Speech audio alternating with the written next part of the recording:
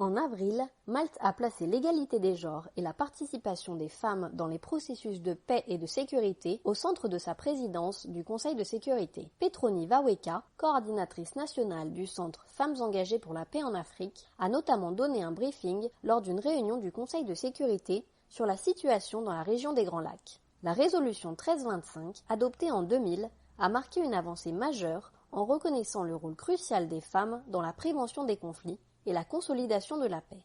Mais en quoi consiste exactement cette résolution et comment est-elle appliquée dans le contexte spécifique de la République démocratique du Congo? Bonjour, je suis Alice Violet, responsable de programme du groupe d'études sur le Congo, GEC. Vous écoutez le 18e épisode de Ponabiso, capsule audio d'Ebouteli et du GEC, qui donne notre point de vue sur une question d'actualité en RDC. Nous sommes le vendredi 10 mai 2024. Comme souvent, peu de mesures concrètes sont contenues dans cette résolution du Conseil de sécurité, qui n'est contraignante que sur le papier. L'Organisation des Nations Unies, ONU, n'ayant pas vraiment de force de coercition pour obliger les États membres à se conformer à ces résolutions.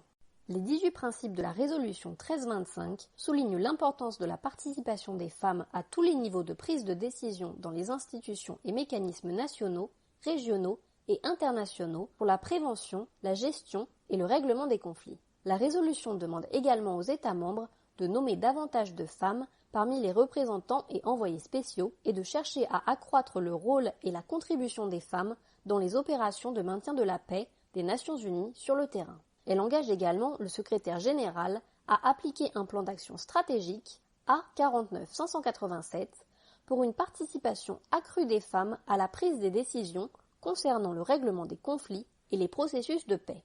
En outre, elle insiste sur la nécessité de respecter scrupuleusement les dispositions du droit international humanitaire et des instruments relatifs aux droits humains qui protègent les droits des femmes et des filles pendant et après les conflits.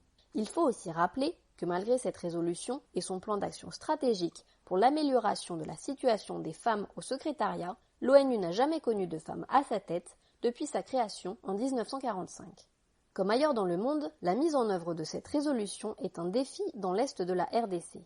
Dans cette région, le conflit armé persistant a eu des conséquences dévastatrices sur les femmes et les filles, qui sont souvent les premières victimes de violences sexuelles et de violences basées sur le genre. Bien que quelques progrès timides aient été réalisés, notamment sur la sensibilisation à l'importance de l'inclusion des femmes dans les processus de paix et de sécurité en RDC, en partie grâce aux efforts des organisations locales et internationales, ou encore la nomination de Julienne Lusenge comme coordinatrice adjointe du mécanisme de suivi de l'accord d'Addis-Abeba, la participation féminine demeure limitée.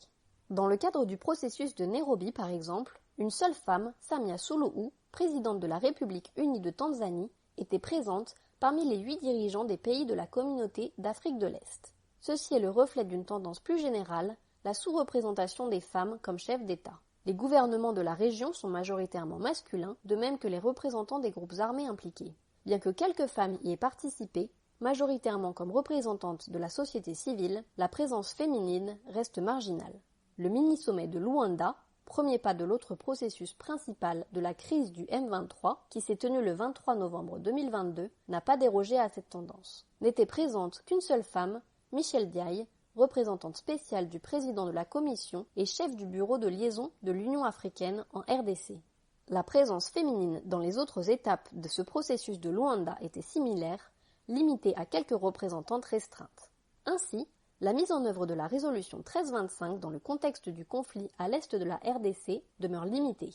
Reste à savoir si le nouveau gouvernement de Judith Suminwa, dirigé par la première femme à occuper le poste de première ministre dans l'histoire de la RDC, marquera un véritable tournant vers l'intégration des femmes au processus de négociation, alors qu'elles sont pourtant essentielles à l'établissement d'une paix durable. D'ici là, vous pouvez rejoindre notre fil WhatsApp en envoyant GEC ou Ebouteli au +243 894 110 542 pour recevoir Ponabiso chaque vendredi sur votre téléphone. À bientôt!